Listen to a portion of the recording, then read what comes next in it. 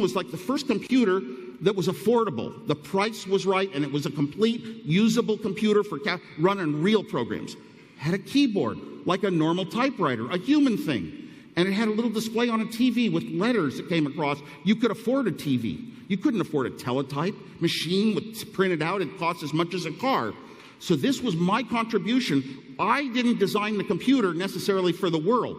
I designed it for the other people in my computer club that wanted to do those great things with society and improve life for everyone. And I gave away my designs for free. No copyright notices, no nothing. Trust me, the Apple I computer is public domain. And everyone there, I was saying, build your own, build your own, build your own. Not enough of them were builders. You know, a lot of people love technology and want to use it, but there aren't that many of them in the club that were real builders.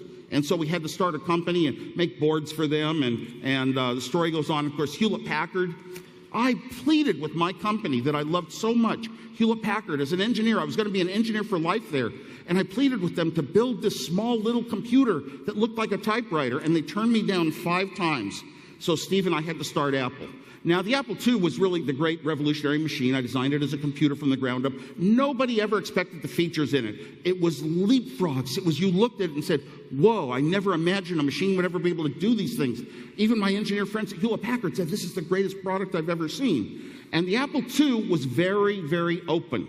In the Apple I, I'd given it away. That's as open as you can be. The Apple II had all sorts of expansion capabilities, the amount of memory, slots you could plug in, little pieces of hardware to do tasks that computers could do, to monitor oil levels in the ground, if that's what it was, to have a floppy disk, to have more memory for a bigger spreadsheet, a screen. And the Apple II was as open as could be. We put out manuals with our schematics and circuits like TVs of the old days did. We put out all the code listings so you could learn how to program computers at different levels.